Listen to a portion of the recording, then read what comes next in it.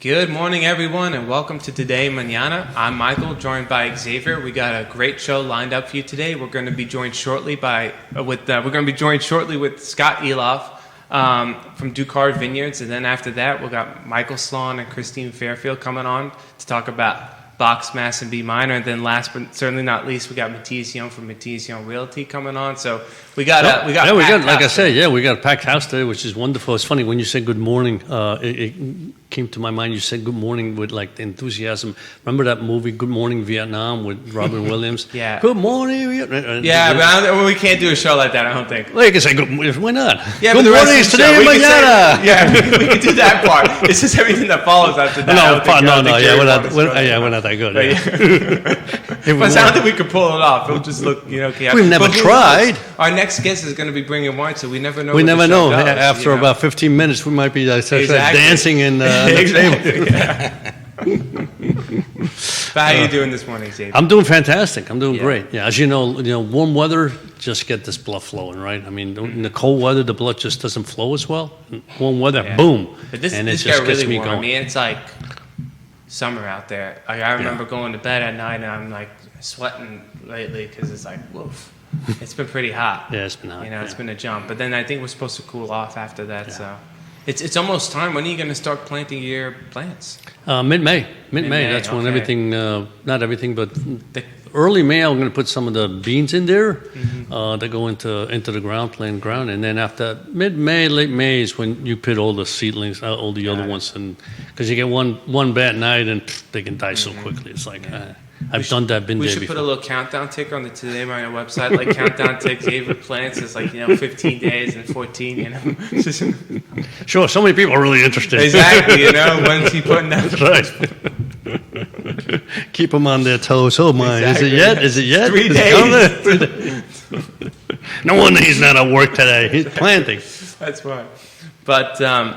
I don't know about you, but I think we should. Oh no, we should. We should. Like I said, we got a full house, and we got to get everybody in. I'm staring at this wine over here. And Scott already poured some wine, and I know he's got some things to say. We had him on. What's it, about 3 years ago? I think maybe. It's been longer than I thought. Actually, So, but glad to be back. We learned a lot last time, and I'm sure he's going to tell us what's new. Yeah. So welcome, Scott Elliff, owner of DuCard Vineyards. Thank you for joining us. Yeah, happy to be here. Thanks. No, thank you. So, what's new? What's new? I was thinking about that driving down. I mean, two answers. One, everything is new because it's a new year, new challenges, new who knows what, right? We've already been through the ringer a couple of times with early spring. We don't have the luxury of you to wait to plant until after the frost-free date. We got vines in the ground, so we've already suffered a frost event, actually, which is pretty scary. Yeah. I don't know whether the producer was able to get that picture on, but did you? Were you able to? Yeah, so there's a great picture. You see it on Facebook, and we put out candles, industrial candles in the rows to heat up the air a little bit. A couple degrees makes a big difference. And so posted a shot from 4 a.m. of all these candles in the vines, in the comments. And exactly where is your vineyard? Yeah, up in Madison County. Yeah, we have three vineyards up there, and the comments on the Facebook are, it's so romantic, so beautiful. I got news for you. At 4 a.m. when you're putting stuff out all over the vineyard just to try to save your crop, ain't so romantic. But welcome to springtime. So everything is new, but nothing is new because it's a cyclical, seasonal business. We sort of go with the rhythms of the season, and that's what happens in the wintertime and in the spring, and then we come on to summer and fall and great events and everything. And but I would say probably spring is your most dangerous time. Would you say? Because everything is, once they start blooming, if you get that frost, that's when you lose those buds and you don't get any production that year.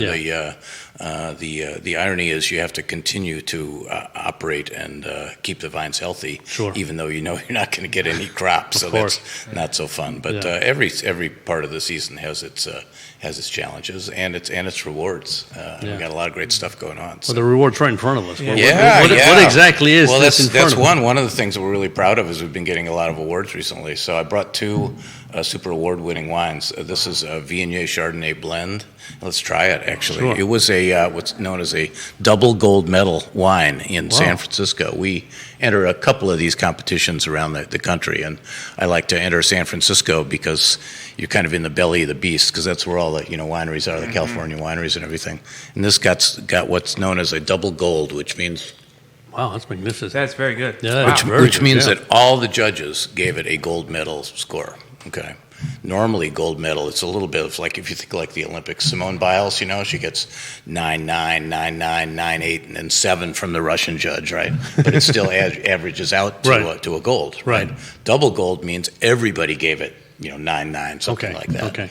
And so there were 5,000 wines in this contest, and 25 of them got double golds, and we were one of them. So, that was pretty cool. Good. So yeah, that is that is very good. It's got a little sweetness to it, but not overpoweringly so. Yeah.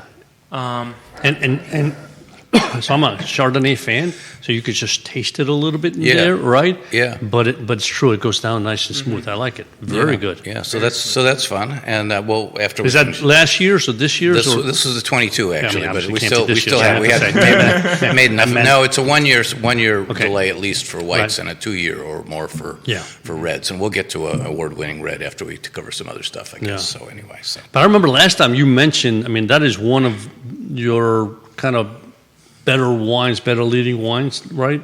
In the sense of that's something that you always have had good fortunes with. Yeah, we have.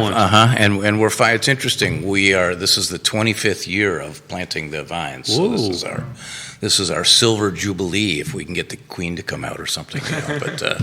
But it's interesting because, and there's a lot of talk about this in the industry, older vines are good if you can get them to, our industry is really, really young, but, older vines have more character. Mm-hmm. They provide potential for really exceptional fruit if they're managed well and so forth.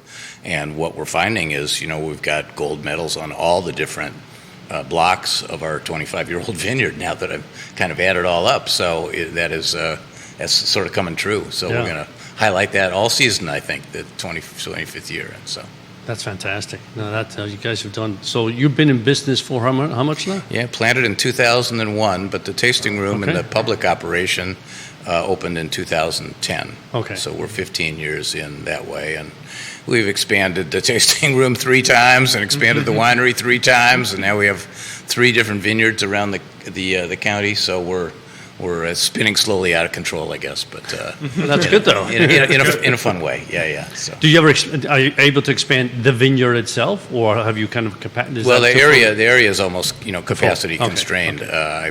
I'm always looking to buy more land or extend the boundaries with a neighbor. We expanded a boundary with one of our neighbors. Probably cost me a bunch of dollars and wine to do that, but we put in 2 new acres of a grape that's kind of a hot new star in Virginia called Albarino. Okay, yeah. And it's known because it comes from a little area somewhere in Spain Portugal area, but where it's known for hot, humid summers.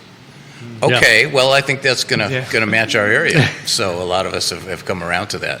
Now, of course, you plant it, but you don't get any grapes until 3 years, harvestable grapes, and really a full production until 5 or 6 years. So none of this stuff is immediate reward, and it's lots of challenges along the way, of course, too. So how do you stay the course, Scott? Because that would be extremely challenging. Like from my perspective of having to start a vineyard and planting grapes, is like I'm not really going to reap the benefits till 5-6 years. Yeah. Like, how do you kind of mentally stay into that? Yeah, you got to be ready for that from the get-go. I mean, when I talk to people that are interested in starting a vineyard and a winery and so forth, that's kind of the first things. Is if you're looking for a quick, easy, I'm going to start up an internet business and it's going to scale and I'm going to be a billionaire right away. No, that's not how it works. Right, with exactly. This. So you got to have a lot of patience, and it's been good for me probably in terms of being more connected with the seasons and the timeline and all that kind of stuff, and maybe it's made me a little more humble or something. I don't know, but yeah. So you have to do that, and then you're excited for the rewards when they come. And the way I did it was I just built it as we went along. There are some of these new operations that are the billionaire guys, and they're building a massive tasting room and buying grapes from somebody and contracting to have the wines made and stuff. Yeah. We're just the opposite. We started small, grew all our own grapes, made our wine on site, had a little tasting room, folding tables, that kind of thing. And then as it got successful, we've added more and more, assets to the business. And now we're sort of full scale. How many acres do you have?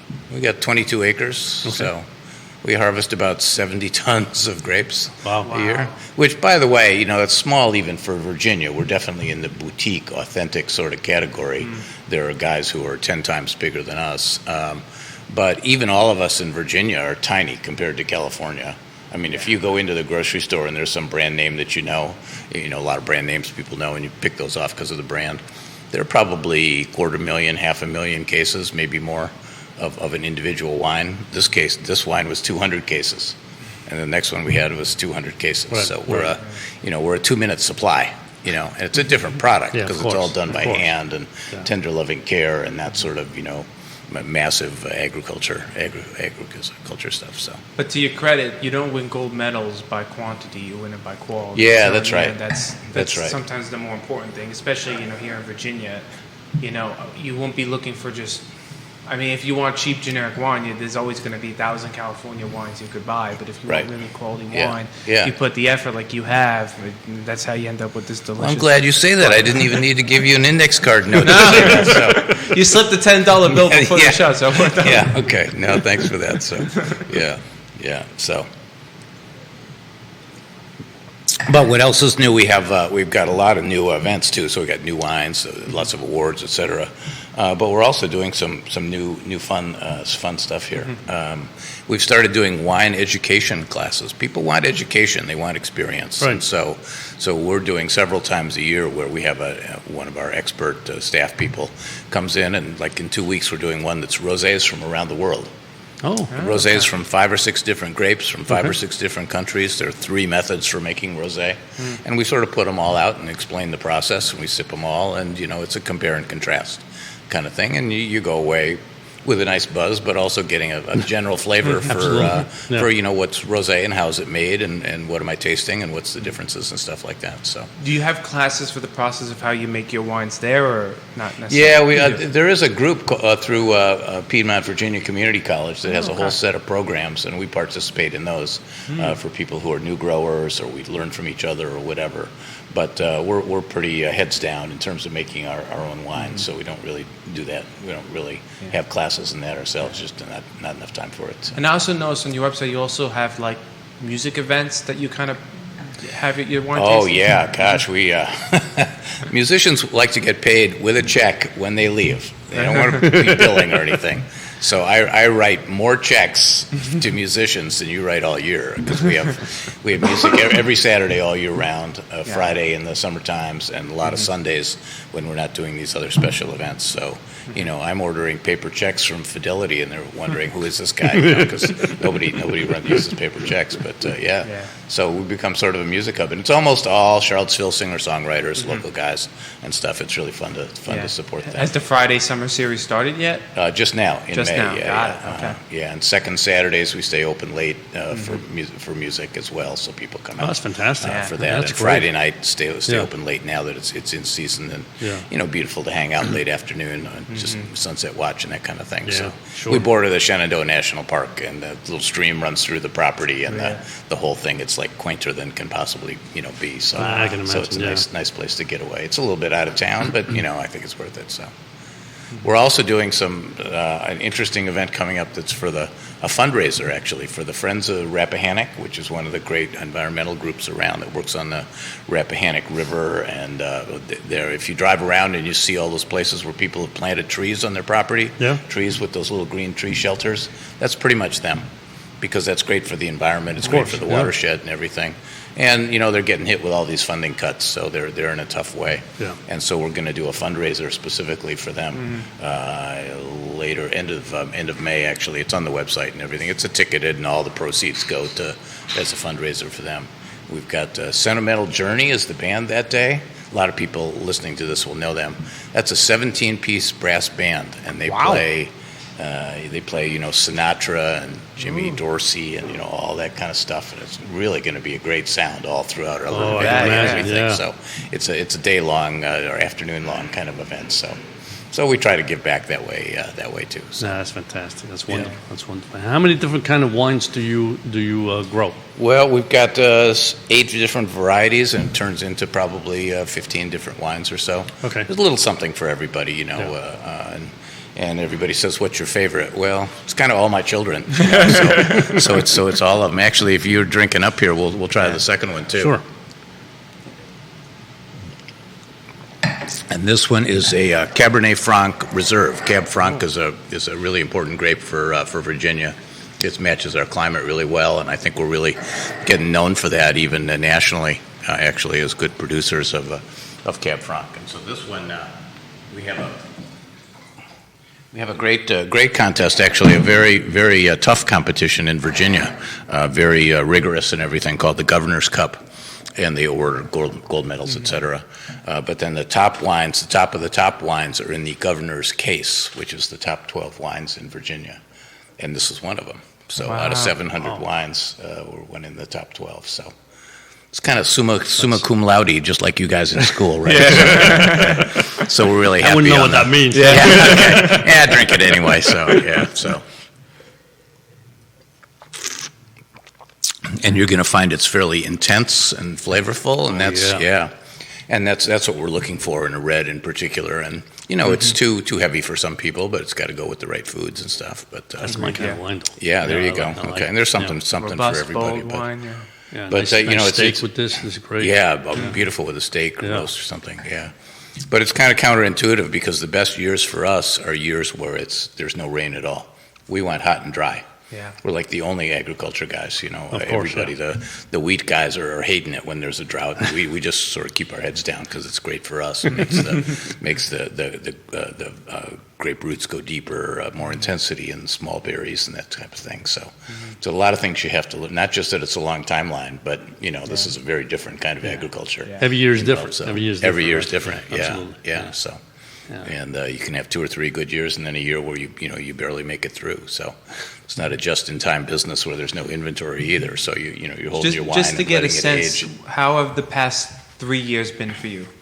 So 2023 was great, probably the best year ever. That in 2010. Yeah. And we remember it fondly. We remember every year, basically. And then 2024 had the promise of the same, and then we got some late rain, so it kind of cleared the deal. Yeah.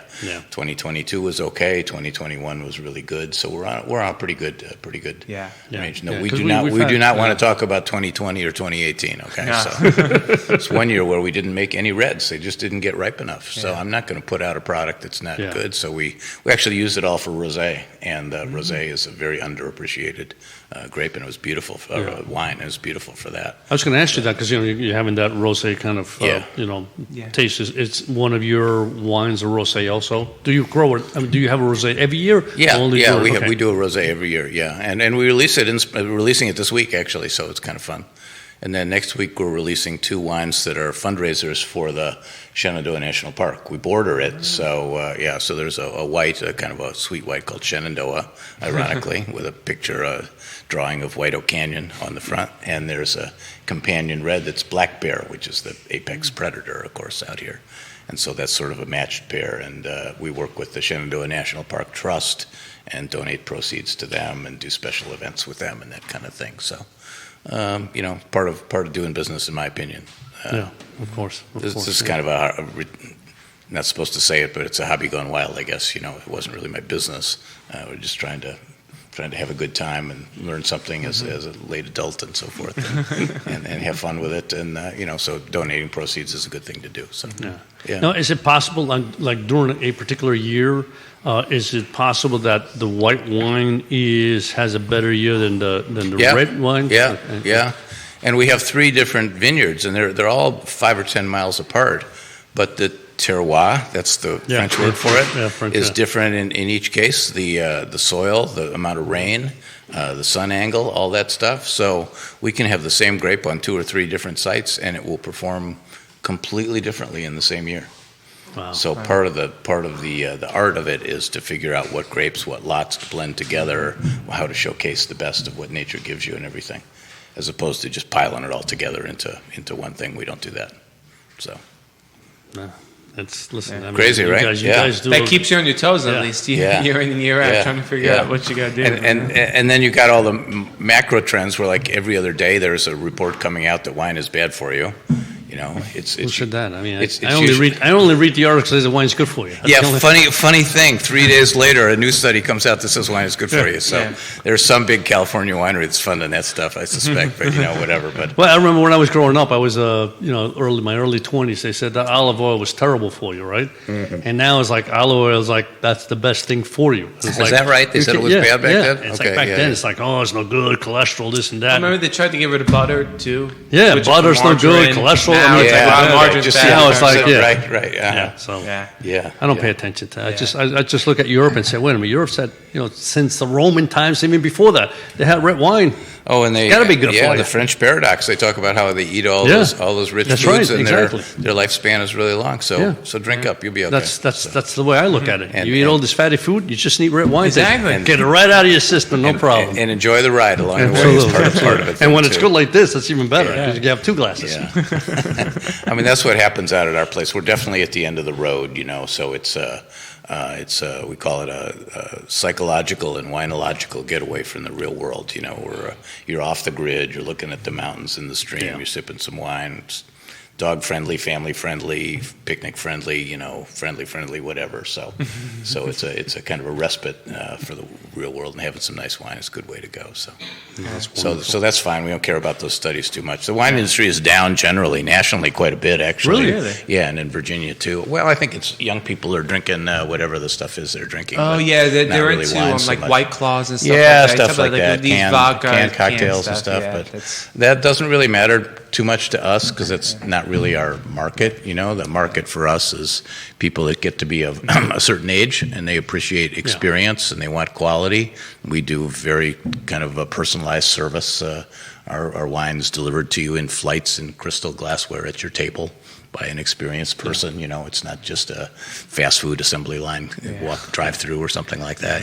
So we wait until those 20-somethings become 40-somethings, and then they begin to appreciate. They got a little money, they appreciate it. They want good stuff, and they appreciate experiences as opposed to So. I think people in the younger age, they drink that stuff because they want to get drunk fast. Let's be real. So, if you want to get drunk fast, your first choice is not going to be wine. I went to college too, so okay. So Scott, before we let you go, where can people find you? What's kind of like the physical location? Oh, thanks. Yeah, okay. Yeah, well, it's DuCardVineyards.com, and we're on social media, et cetera, as well. And you just go up, if you're Charlottesville-based, most of the readership listeners probably are, you just go up 29 to the town of Madison, turn left, and continue on the signs. It's GPSable, too. Okay. And when the road ends, basically, that's about where we are. Oh, wow. Okay. Yeah, so we're open every day, noon to 5, noon to 6 now.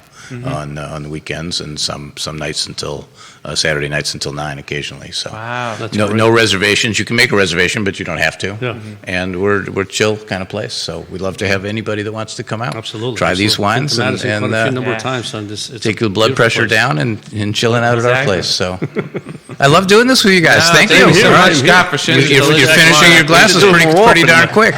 Okay. Yeah, that was good. Yeah, that was delicious. All right. Those are great wines. Congratulations. Good. Thank you, guys. Our pleasure. Thank you so much, Scott. So as we kind of rotate guests now, that's incredible. We always love when we get to have vineyard people, and Scott, at DuCards. I mean, was it 1 gold medal and the other one was a governor's cup, governor's case, and a double gold medal. So say that 3 times so quick. So. Double gold medal. You could have before I drank the wine. Yeah. I'm testing you. So good stuff. Thanks, guys. Absolutely. Thank you, Scott. Appreciate it. That's incredible. And Xavier and I are wine people, so it's always definitely. Yeah. I mean, it's my favorite thing to do right after a long day is go home, have a wonderful meal, and my 2 glasses of wine. Yeah, hopefully Scott didn't pour too much for you, because then you'll fall asleep like you do every night. That's different. That's because I've been working all day. Yeah. This is the morning. I mean, I don't do that in the morning. I know. It's always great having fantastic guests, and now we're transitioned to 2 other fantastic guests. That's right. We're a little Bach information. I know. I see that. Little Bach. Michael's already got the. He's got to read the whole book during his next 20 minutes. Exactly. He's got to catch up on the homework. But we're very happy to be joined now with Michael Slon and Christine Fairfield from the Oratorio Society. Michael, Christine, thank you so much for joining us. Glad to be here. It's been a long time since I've been able to attend when you come. I mean, I've always been busy. Is that right? I am so happy that I'm finally here. Michael's always complains like, "Where's Xavier? I don't want this other Michael here. I want Xavier." I didn't say that, but we're always happy to have you. Thank you. We're always happy to have you too. Yeah. We're always glad to come. Yes. So I know. I mean, I might as well jump right into it. I know you guys got a big event. It was on May 11th. Yes. That's Mother's Box Day. Mass and Be It is. You can treat all your moms. So you can take them to brunch. And then bring them to our concert bring them to at Cabell Hall. 3:30. Yep. Old Cabell Hall. Okay. And if they're far away, you can get them the live stream because it's going to be live really? streamed as that's well. right. Live stream. Yeah. Wow. Sure. Is that something new? We've done that a while now. We've been doing it, Since the pandemic. basically. Okay. Mm-hmm. The Christmas concert and the May concert, we've now been pretty much every year for the last 3 years offering a live stream as well. Is it the entire Bach Mass? It is. You know, the first time, actually, it's the only time that I saw this live, Carnegie Hall. Oh, Yeah. I saw this at I was just Carnegie there Hall. on Saturday. Really? Yeah. Michael wanted to share a story about Carnegie Hall, so you had a Go perfect for it. transition. Go- Did you know that? That was a good transition. Yeah, I had no idea. I just remember. Well, before we talk about Bach, which Yeah. I should just say to your listeners, if they don't know the B minor Mass, that's fine. But I will tell them that many people in our field agree that this is the greatest music ever written, the B minor Mass. And I agree with that. I think it's just extraordinary. not just of Bach's output, exactly. which is prolific, but of Carl Zelter called classical it music. probably the greatest musical work of art the world has ever seen. Really? Yeah. I mean, You I know I did love it, Beethoven's but Ninth last year. That's amazing. You did Beethoven's Ninth last year. Beethoven himself might agree with us. You know, It's true. Well, how to ask Bach's last name means brook, and Beethoven famously said, "No, not a brook, an ocean." About Bach. yeah. Yeah. Wow. So, anyways, about Carnegie Hall, a beautiful place. So maybe you'll recall, in 2018 we were celebrating our 50th anniversary with the Oratorio Society. We commissioned a piece from the composer Adolphus Hailstork on a poem of Rita Dove's, right, our wonderful Pulitzer Prize-winning poet at UVA. The poem that I had suggested commissioning is the one they painted on the Graduate Hotel, right down on the corner here Right. by UVA, Yeah. right, a testimonial. And it says, "The world called, and I answered." And we commissioned that piece. We gave the world premiere in 2018. It was just done Saturday night at Carnegie Hall. And I was there, Rita Dove was there, Hailstork, where we were all there. And in fact, that was the first time that Hailstork and Rita had a chance to meet, because I think she was in Europe when we gave the world premiere. So it's exciting. You know, you create something here in Charlottesville, and then the next thing you know, there it is on stage at Carnegie Hall. Wow.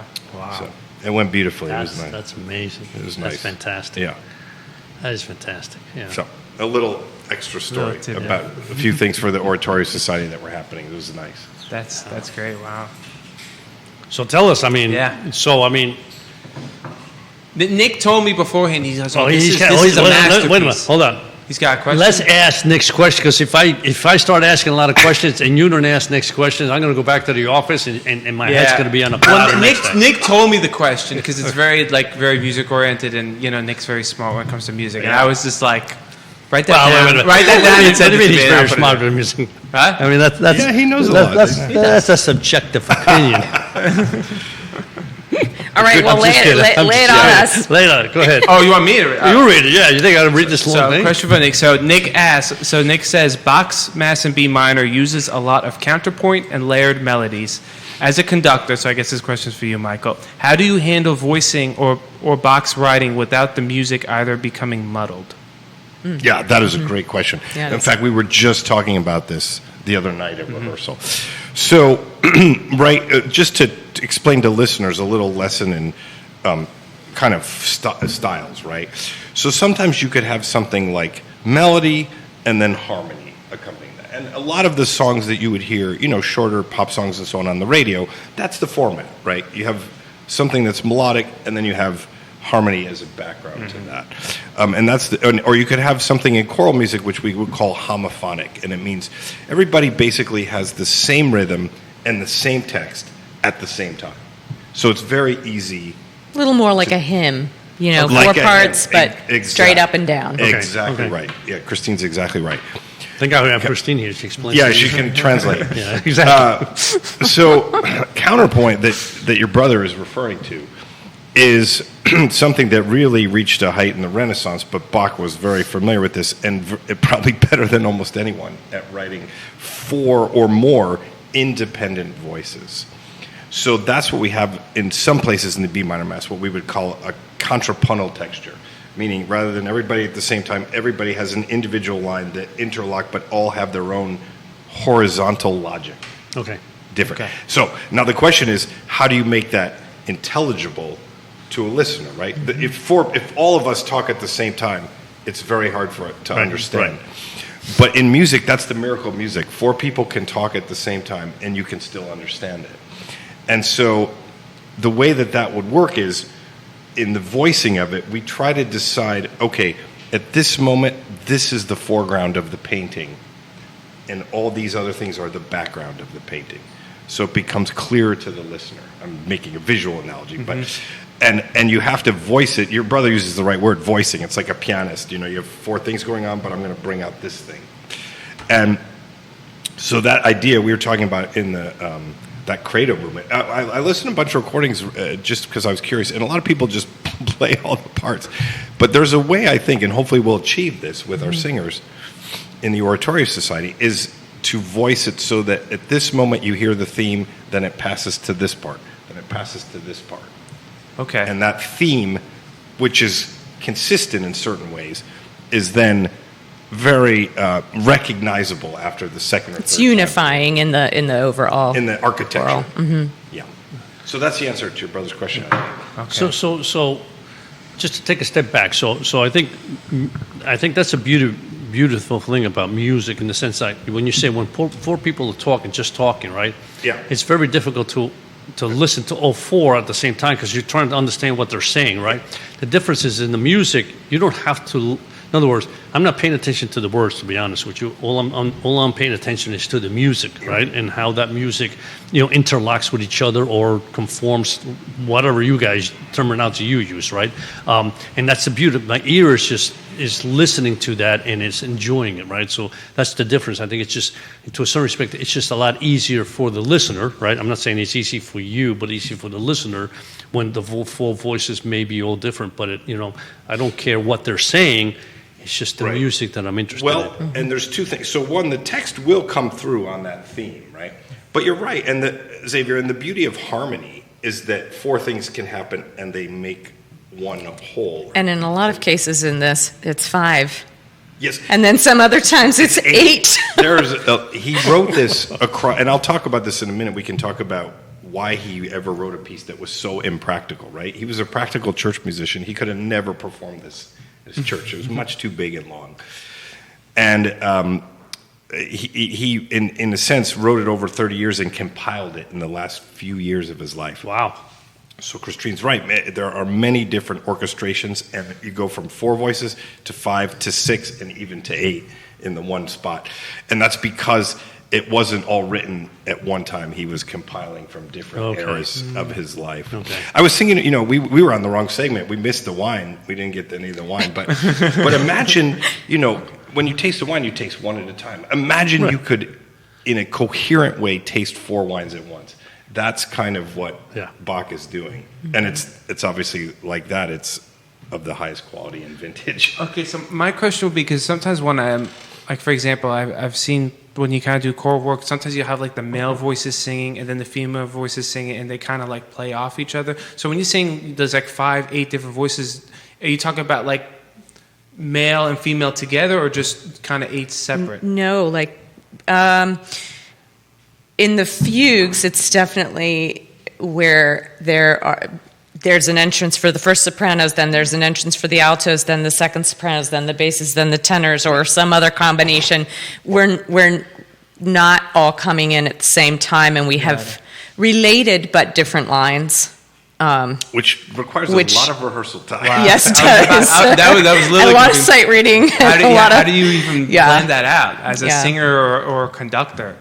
Well, we rehearse a lot. We practice a lot. This one has definitely required more practice by all of the singers on their own outside of rehearsal time, because so many of the, especially the pretty exposed lines where only one part is singing, if you're that one or singer that doesn't quite have it nailed down, so imagine you got yourself a little solo. Imagine you're climbing up a mountain and it's wooded, and so you're climbing and climbing, you can't see the view. This is what it's like a little bit working on the buck. I mean, you can see the beauty, but it's like those last 2 weeks of rehearsal, you start to get near the top and the trees disappear, and all of a sudden you can see the most extraordinary view you've ever seen. And that's about hopefully where we're getting with the singers. People, when this piece was not performed for 100 years after it was completed, partly the score just wasn't widely known, and also people thought it was impossible. And so it's amazing to think now, that a high-level community chorus can do the B minor mass. Wow. And it is a mountain climb, to Christine's point. So if you're one of the people in the choir, right?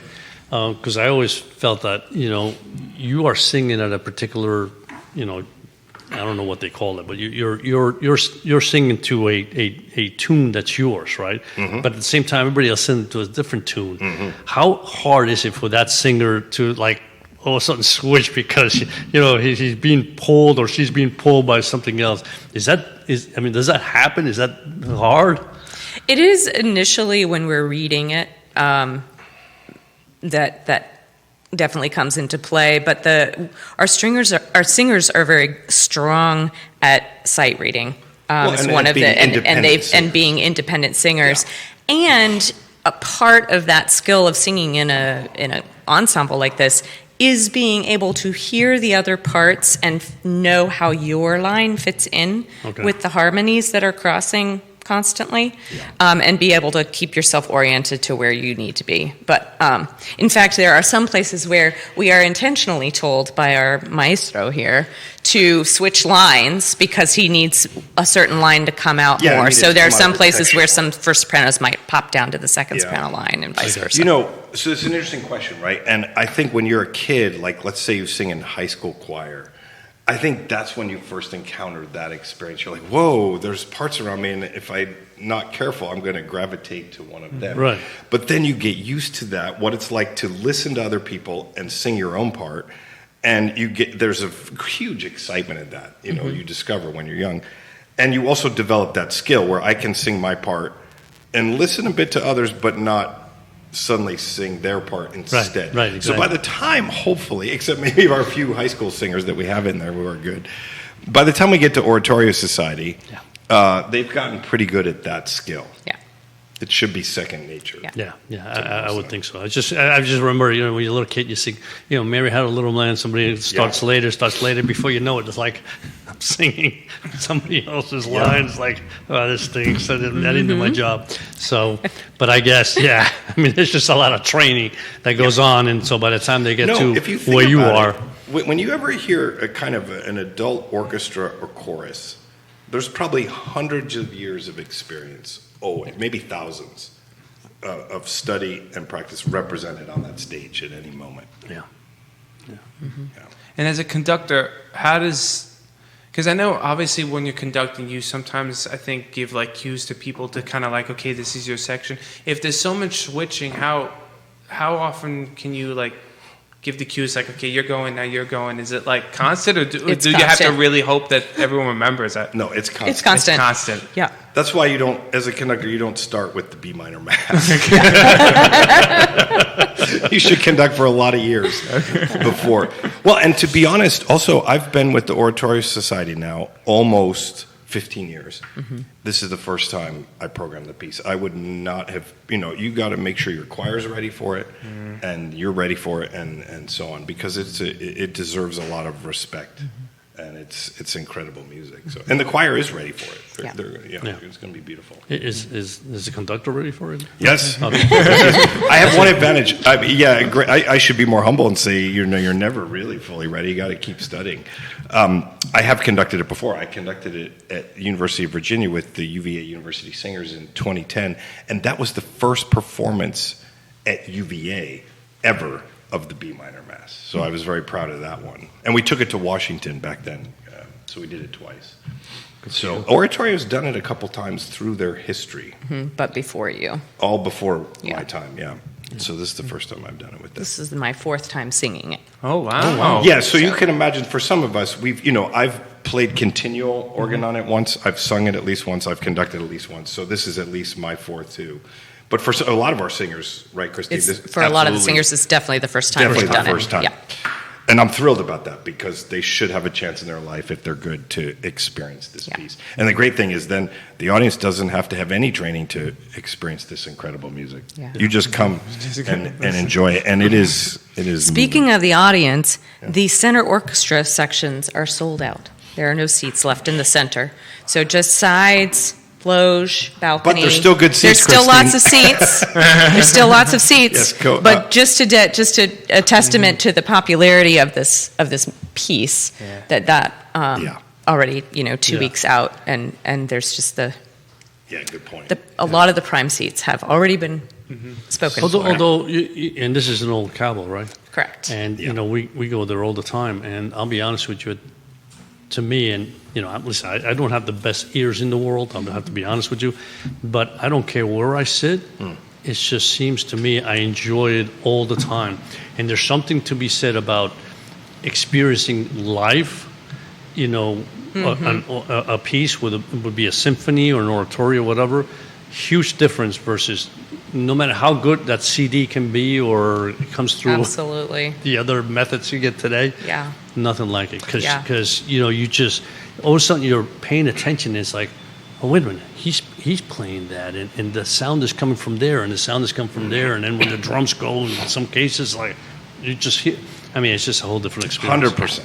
There's no replacement for live. None whatsoever. Yeah, exactly. No matter how good your speakers are, and it might be more perfect on a CD. But it's not live. There's no the way the sound can surround you. And you're right, Xavier. It's a beautiful hall to hear music in. And particularly intimate for 850 seat hall. It's intimate. Absolutely. Yeah. I remember last year when I went to go see Beethoven's Ninth, when all the voices are going. I mean, you could almost even feel your chair shaking just from the voices. It's incredible. It almost feels vibrations Yeah. of the universe. heavenly. There will be some moments like that in the Bach, I bet. for sure. And, I have another question too. So there's an orchestral ensemble Yes. as well. How do you balance? Because I mean, there's a lot of voices sometimes. Like, how do you figure out how to try to make sure the instruments kind of shine through and not get overshadowed by the voices? Or is that the intention of the piece, kind of the voices to overshadow the instruments? Well, okay, so in rehearsals, I've been blessed. I've conducted a lot of different choral orchestral works, but pretty much my favorite thing to do, singing with orchestra, is just about my favorite medium. And we'll have solos, 5 very talented solos coming from around the country for this as well. Balance is always a challenge. But when you do bigger works, usually the orchestra is winning the balance war, and you have to bring the orchestra down a little and let the chorus come through. In terms of diction, because they're needing to express 2 languages, the text and the music. In this case, it should work pretty well because the orchestra is a smaller size orchestra, right? More fitting for a Baroque piece. Right. And the chorus is fairly large. We're almost too big to do this piece. We aren't. I mean, I think everybody should do it. But it's a big choir. You could do this piece with 32 singers. So I think hopefully there actually won't be too many balance problems. And your point is good, Michael. We will have to make sure that certain orchestra lines shine through. Because, for example, in some of those 5-part choral fugues, it's actually not just a 5-part fugue. There are more parts in the orchestra, those lines your brother was talking about, that you want to have come out of the texture. So we'll have to make sure they come out in the orchestra as well. Yeah. It's going to be a busy week next week. Yeah. You have not too many, 10 days left, right? Yeah. It's the first, So a lot of, I assume there's going to be a lot of practices. Correct. We have a few. Yes. Correct. Well, at least we have one pro here, right, that has done this before us for Yeah, singing. it's great to have. And then Look, it's we great to have people like Christine, who, in a sense, is a, along with a few others, she's a soprano in the soprano section, are leaders in the section because they have strong voices, they have strong musical ability and strong musical knowledge and experience. Mm-hmm. So that can help. Yeah. And we still have to become all on the same page as a team, so to speak. We have to be on the same page musically, but that helps Tremendously. a lot.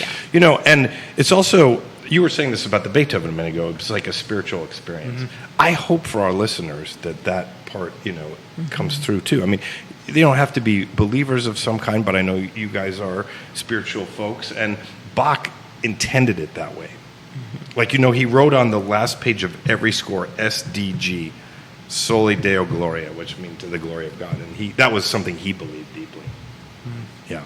So comes through in the beauty of the music, which will come through no matter what your beliefs are. It's extraordinary. Yeah. Wow. Yeah. Well, this is great. I mean, looking forward. I mean, unfortunately, we won't be here. Unfortunately. Yeah, but that's why I know I'm getting a little somber. Yeah. Where are you going? We're gonna be in New York that weekend. Oh, bad timing. Maybe we can get you at a dress rehearsal. Oh, I won't mind that. To be honest with you. We'll talk after the show. All right. But so for our listeners who still want to buy tickets, where can they go? When's the show? Head to our website, www.oratoriosociety.org. Okay.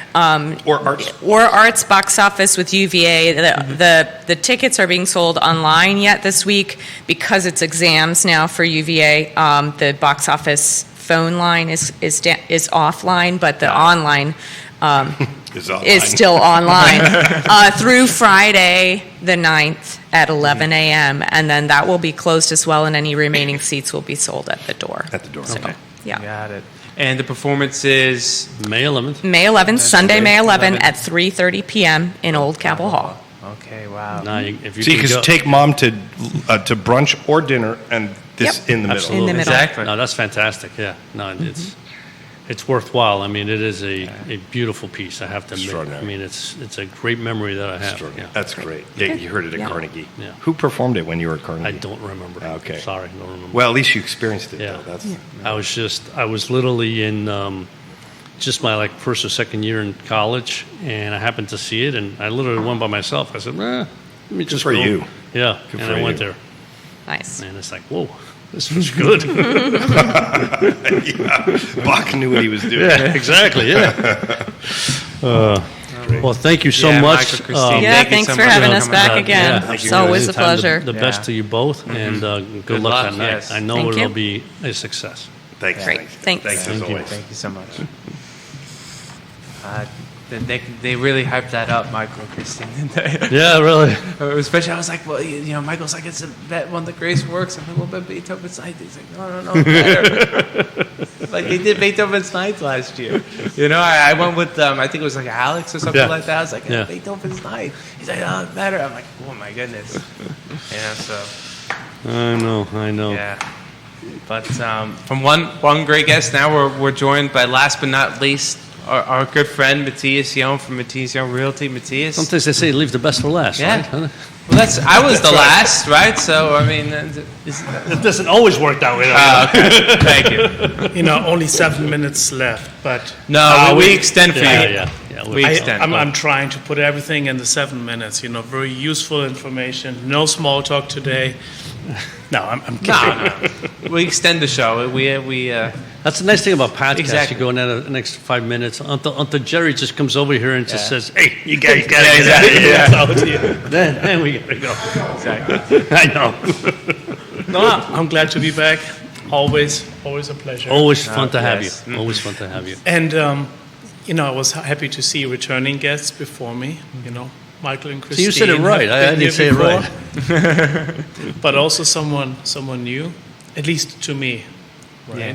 Yeah. We had Scott on maybe like 2-3 years ago. So. Yeah. You did already? Yeah. Yes. Okay. Yeah. I mean, Xavier had done that show, so the first time I was meeting Scott, but yeah. You know, what happens, Xavier was like, have we had them? He goes, I think we had him like really early on. I said, the problem is you've been doing the show for 4 years now. So if, you know what I'm saying, like in fact, reality recent, 2 years ago would still feel like And a long time. you showed me the website and you showed me him, and I said, yeah, I remember him. Yeah. I didn't remember his name, of course.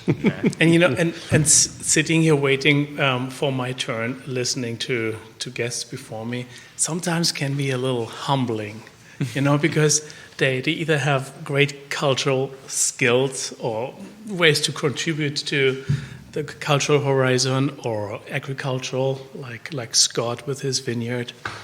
And then I sit down here and, folks, let's talk about the market and real estate. It's just a different kind of conversation. Important to have, and obviously something I'm passionate about, Yeah, well, but that's very the key. different too. Well, that's the key. I mean, we all have our quote-unquote specialties, right? We all have our passions, right? And, sometimes you think it's like, I look at people that, sometimes paint or, even just construction, home construction. It's like, it's like, wow, how do they do that, how do you right? do that? But then people say, well, I don't know what you do. I don't know how you do it. And so, that's the difference. It's just we all have our, gifts from the good Lord. I guess I'm allowed to say that. Some of us are still looking for it. What does that mean, Michael? We'll I don't know, was that alluding to me or I don't know. It's Yeah. an open-ended question. It's a open-ended rhetorical question. Knowing Michael, I know exactly what I was trying It to shall say. apply to whoever feels. Exactly. In a good way, bad way, anyway. All right, so I know you have some thoughts on the market, and let's be honest. I mean, this 2025 kind of started with a bang across different sectors, and I know even in our, in the financial markets, there's been a lot of uncertainty causing a lot of angst amongst investors, and markets up, markets down, markets up, markets down, different markets up, different markets down. So maybe you can tell us a little bit, if you can, a little bit, how has this impacted at all the real estate market? I think what we all have in common is that we don't have an answer to how things are going to look like next week or next month, right? Even tomorrow, right? Even today. That unites us all. And that pretty much describes the situation we are in, whether it's us professionals or the people we work for and with. Right. We are all sitting in the same boat. We just have certain different levels of information access, I like to say. And what I thought would be fun for today is look at a few really sensational headlines that I found over the last few days. And while they give me a smile or a grin when I read them, because some of them are fear-mongering, others are just, to get attention. But those are the same quotes that my clients read. And some of them, many of them, have a reaction to it. And I think that describes quite well how consumers feel in the U.S. right now, and here in our area as well. As stable as we always think Charlottesville market is, and I think it will remain stable to a certain degree, it does something. It's psychology. And anyway, so those headlines are: March home sales were the slowest since 2009. Wow. Yeah. That's a long time Yeah, ago. that's a long time ago, and during the market that we all know was not a fun market. Yeah, was that still considered part of the recession? Sure, yeah.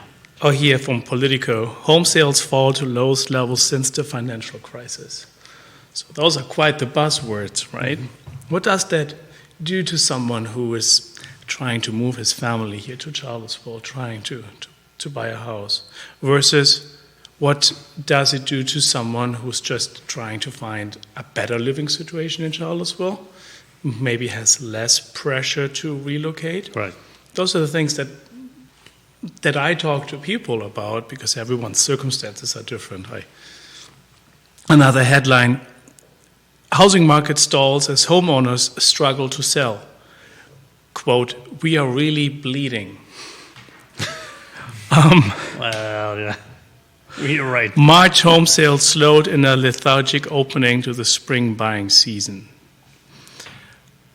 And others. Wall Street Journal as well talks about how home sales fell. And that's all data looking at March. It's too soon to have magazines and newspapers talking about April due to the lack of numbers. Today is May 1st. I think it's a good time to look at the last few weeks and months and how things have changed. And we have seen, as you said, Xavier, we had things go up and down on a weekly, sometimes on a daily basis. And how do you make big life decisions based on what you experience, right? What does it do to a home buyer that really wants to purchase this house for his family, but then in the evening he looks at his retirement account and sees a big drop? You know, what does it do to his confidence, or maybe to his ability to qualify for a loan? So those are big questions and observations right now, and I understand why some people struggle to make this decision, whether it's because they all of a sudden don't have the funds or the eligibility for this mortgage that they're looking at, or just because they don't have the confidence. And so, at the same time, dealing with those headlines can be challenging for us because they might not necessarily apply to our local economy, to our local market. Every time I'm here, we talk about Charlottesville and how it might be unique in that regard because we have big economic drivers here in the area, whether it's UVA or tourism or the proximity to DC or other big employers in the area. After all, the area is growing. It's not just UVA, right? So in that context where we say we are better off here than other parts of the country, but the numbers show or tell a different story all of a sudden. So, and that's interesting and a little humbling for us real estate professionals in the area because all of a sudden open houses that we hold are less frequented. We have less interested parties for one house. We all remember in the last 4, 5, 6 years, we had bidding wars on homes within the city or in the surrounding county. And while those still happen, the numbers are clearly different. So that's a new experience. And that also means, interrupt me, I'm rambling along. No. I have some thoughts, but go on. Finish your thoughts, yeah. It also means that buyers of a home might be in a much better decision all of a sudden. And that's very interesting because every time there is a financial crisis, there are some people that clearly benefit from it, whether it is because they have a sense for it or because they look at the numbers each day. But there are always opportunities, right? So if you're selling a house right now, you are probably looking at longer time on the market, possibly having a conversation about reducing the price if it doesn't sell, which is an interesting phenomenon in a city like Charlottesville. We haven't seen this in a long time, and all of a sudden it is a topic we have to talk. But then also I believe, and I want to be careful here because real estate professionals, just like mortgage lenders, they often say it's always a good time to buy a house, right? And it's not always genuine, but I understand why we sometimes say that or often say that because our income is based on sales, right?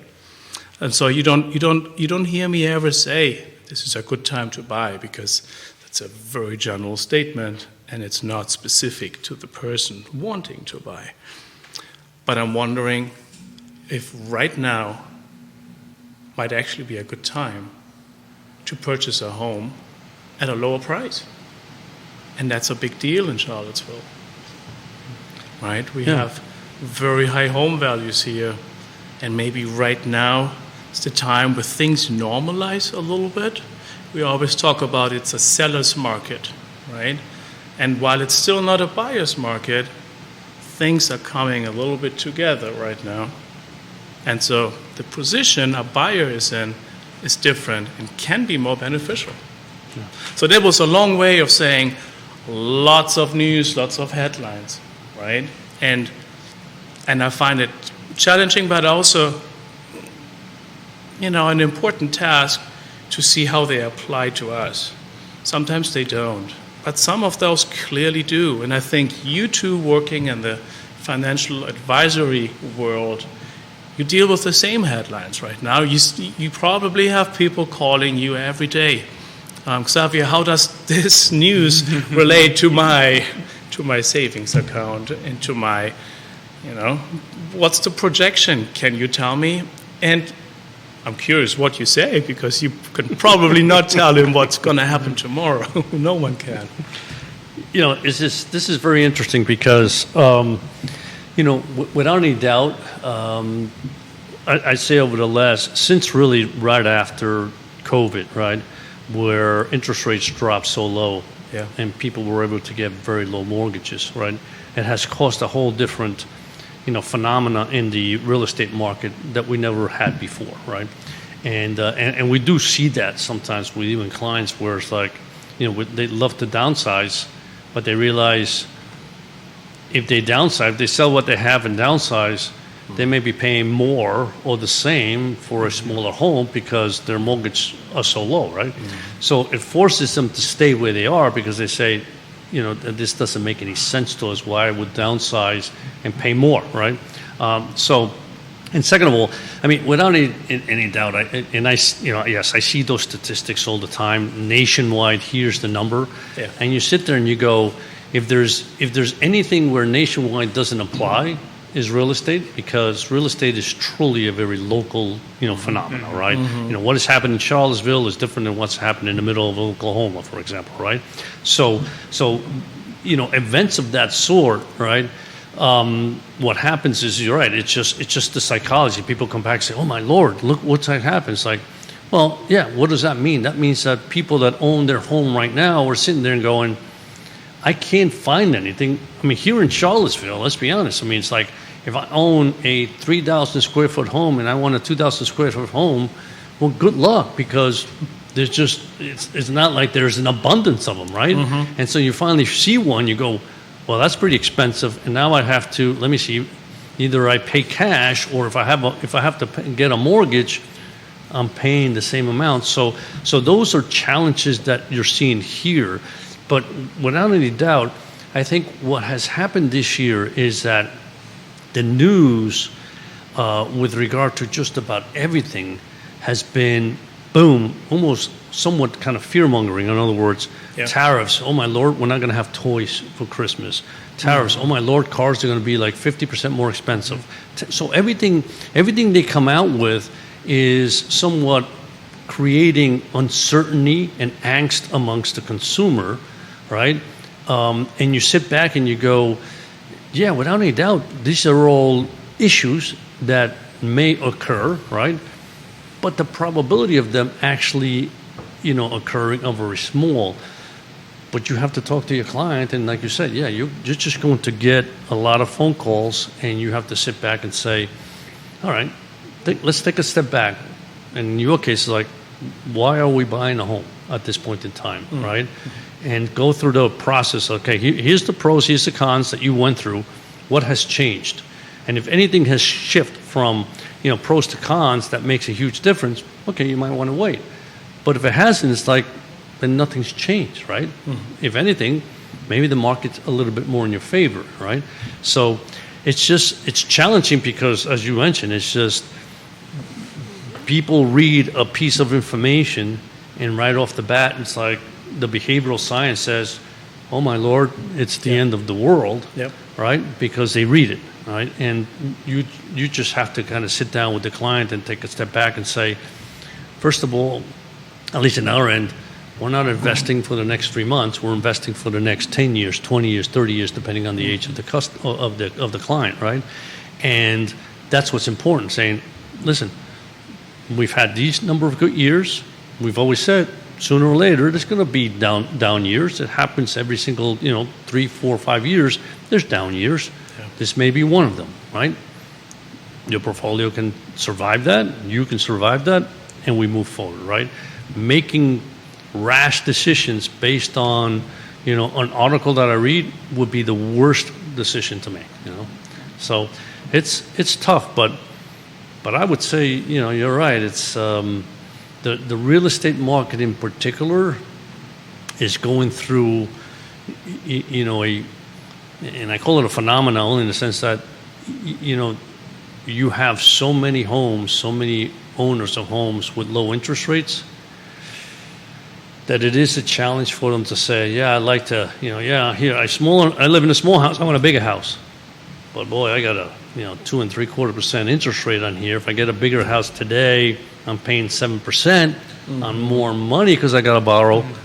That's a huge ticket, right? So is it the right time to do it? Can I do it today? May I interject with a question for you? Do you think it's possible the interest rates could come down? All things considered, what's happening based on yesterday's news and the general overall feeling? So, economically speaking, that could suddenly boost the housing market? I remember late last year, the prognosis was that we will see a 5% sometime end of 2025. 5% in the 10-year? Yes. Okay. And I'm curious if that still applies, or if those people that were so optimistic about that are actually revising that statement now. Yeah. Right? So obviously we had a quote-unquote negative GDP, right? Yes. Now, I think the market's kind of washed that away by the fact that, consumer spending was good, business spending was up, government spending was down, which we're all in agreement, I think. It's like, I don't want the government spending, I want public spending, right? Imports were huge, right? Because everybody's worried about tariffs. And imports, you just subtract imports from your economy, and that's what's costed, right? So I think the markets have to look at the numbers and said, yeah, this is a one-time event, right? So I think the Fed is going to be on hold for a little longer and see what the impact of these tariffs are on our economy. So I don't think they're in any rush to cut interest rates. But if the tariff situation, if you get some deals and the tariff situation is such that increases, let's say, inflation by 0.5% to 1%, I think even then they might go ahead and say, yeah, we can cut this by 0.5% or whatever. It's the long-term rates that impact mortgage rates, right? Okay. So it's the market perception as to whether or not we're going to see higher inflation. That's the key, and that's a whole different story. But we had rates drop at the beginning of the year, right? And in April is when we had the real bounce backs, right? And they're coming down a little bit. So I think by the end of the year, unless there's major surprises and inflation, I think rates may be lower than they are today. But that would be good news. That would be good news, yeah, absolutely, especially for real estate. But speaking of good news, as I said earlier, I think it's also a time for opportunities. I think a lot of people could really benefit from this. There's this quote, and it's not mine, I'm not sure who said it, but in a changing market, yesterday's price is not today's value. True. Right? In a changing market, yesterday's price is not today's value. If you combine this with the situation of a higher inventory, which we have, interesting to say in Charlottesville, but we have more houses on the market, we have more to choose from, we have less buyers looking at one specific home listing, and so the sellers are facing, the question: do we lower the price in order to sell the property? And I think that has an impact. I'm not going to sit here and say home values will decrease in Charlottesville. That's not a good statement to do, but I think in some cases we will see that, or at least a stagnation for a while. Yeah. And I think that opens up the field for those that have struggled in the past to find a home here. Well, you made a very good point before, and I think this is a critical point for you, right? And that is, over the last 3-4 years, unfortunately, if you're a buyer, what you had was extreme competition where, if a house, and I'm just going to throw this number out, right, just to make it simple, if a house was selling for $1 million, then you had a bidding war. Well, I'll pay $1 million, and 50, and I'll make $1.1 million, and before you knew it, you're paying $1.25 million for a house that you felt was only really worth for $1 million, but you have too much competition. In today's market, maybe that $1 million is, that's the price, and so it's not going to go higher than that. So from a buyer's perspective, maybe there may not be much room to lower it, but you're not in a bidding war like you were before. I'm just, I'm not a real estate guy, but just from that perspective, maybe that's what's going to happen. Yeah, I think that the power dynamic shifts a little bit. As a home buyer, you might not be forced to waive the home inspection anymore, which is not a good idea in the first place, or compete with many others for the same home. It just puts you in a much better position. That's what I mean with we're not turning away from a seller's market, but we are approaching a more balanced dynamic maybe, and I think that would be good for everyone here in the market. And I think time has shown, or history has shown, that the economy can be resilient, and I think the economy will bounce back. I think we are all just trying to find out when that will be right now, and as a result, consumer confidence will come back as well. And what will that mean for demand for housing? Prices will go up again, right? So maybe right now is actually a good window of opportunity for those looking. Does that mean that we will see an increase in second home market in Nelson County? Probably not, right? But specific to Charlottesville, where it has historically been so challenging, I think now is actually a good time. So I'm excited about the opportunities. As tough the situation may be for others affected by import regulations, the trade wars, higher tariffs, and so on. But speaking of real estate here, I use the word, it's humbling a little bit, especially for sellers, but again, exciting times in that regard. Yeah. Right? Yeah. So it's a little bit of a positive spin while we are reading a lot of negative headlines currently. And maybe we leave the show exactly at that. Well, no, but to your point, Matthias, we see this a lot of times in finance too. When people are panicking, there's always someone who sees an opportunity. Yep.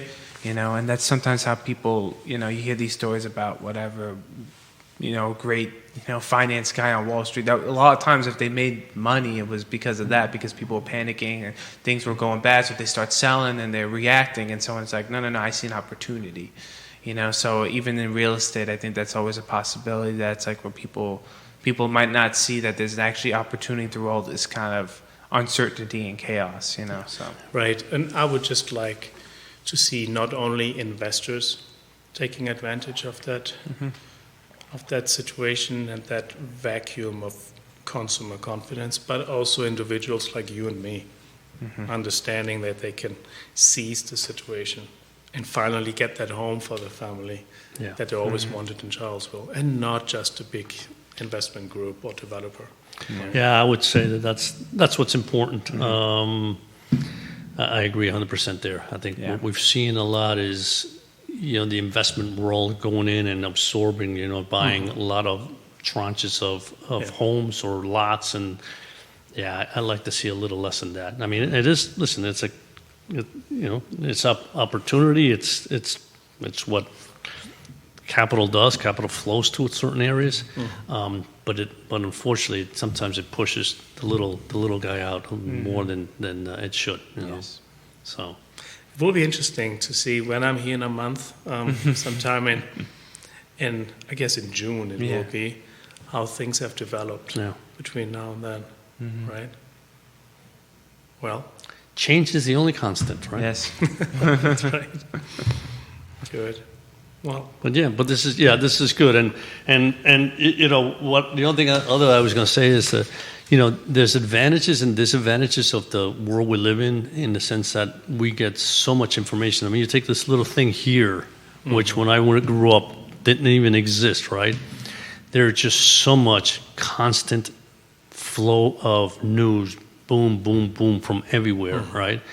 And most of the time, people don't read the article; they read the headline, or maybe the first sentence, and that's what they focus on, right?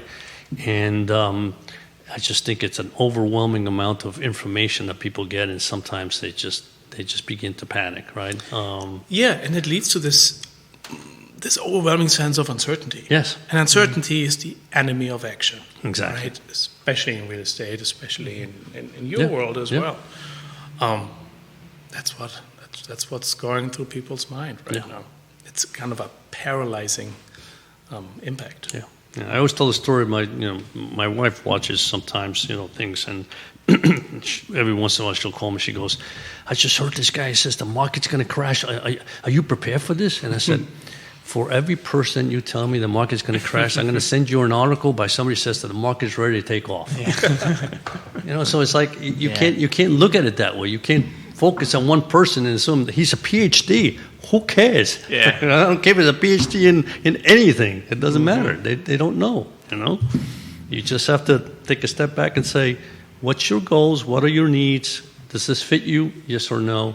Let's move forward. Like I said, sometimes you just have to be a psychologist more than a psychiatrist, psychologist, whatever. Psychiatrist. Yeah, psychiatrist. We do therapy, Therapy, right. Therapist. Family therapist. Exactly. Well, yeah, I guess when we have you back in a month, Matthias, we'll kind of get the update. But I like what you said, though. Uncertainty is the enemy of action. I got to write that down and keep that one. I mean, borrow it. I feel it too. Yeah. Right? Hard to make a decision if you feel like you don't have all the facts. Yeah. We could have all the facts, but as you said, we're being bombarded with headlines that get attention. Those headlines are almost never really in depth, right? They just scratch the surface. Yeah, that's what they're meant to do. That's what they're meant to do, yes. Yeah. Well, thanks for having me again. Thanks well, for thank coming you so on, much for coming. It's Matthias. always fun. It's always enjoyable. Thank you so much. Hope the family's doing well. Yeah. Little baby. How's the baby now?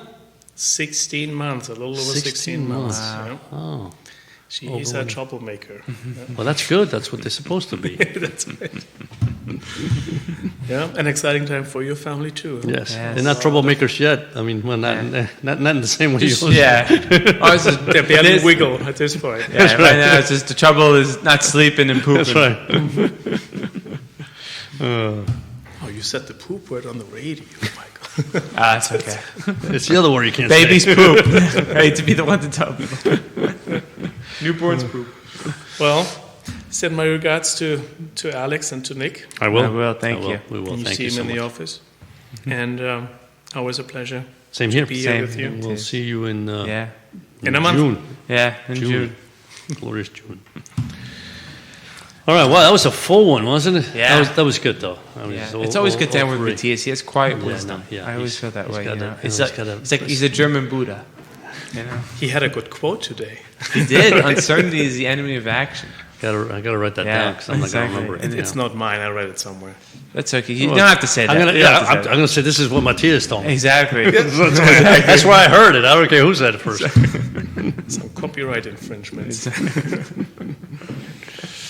All right. But it was great having you on the show, Pops. Thank you for Thank you. being here Thank with you me. thank you for inviting me. I appreciate it. Yes, and always big thank you to our sponsors, Emergent Financial Services, Matthias Realty, Charlottesville Opera, FABA, Forward Adelante, the premier Latino networking group. I don't know if Alex still says that one. I don't remember much. anymore. Not as much. Yeah, not Not as as much. But as always, a big thank you to all our viewers. Thank you for watching. I know, unfortunately, Xavier and I don't look at the comments. We don't really. I didn't get any. You didn't get any. You don't even know how to even log into your Facebook, probably. But we always do appreciate you watching the show, liking and commenting, subscribing. We wouldn't have any show without you. So that's always definitely very. It's always wonderful to hear from the viewers. And, yes. After the show ends, send me an email. Yeah, who looked the show? Oh, thank you. But of course, a big thank you, always to the I Love CVille studio for having us. Judah behind the camera. He was busy today. you had a lot of guests. You had to kind of Yeah, I know. mix and match, but you made it work like magic. But yeah, we look forward to seeing you all next time. But until then, hasta mañana.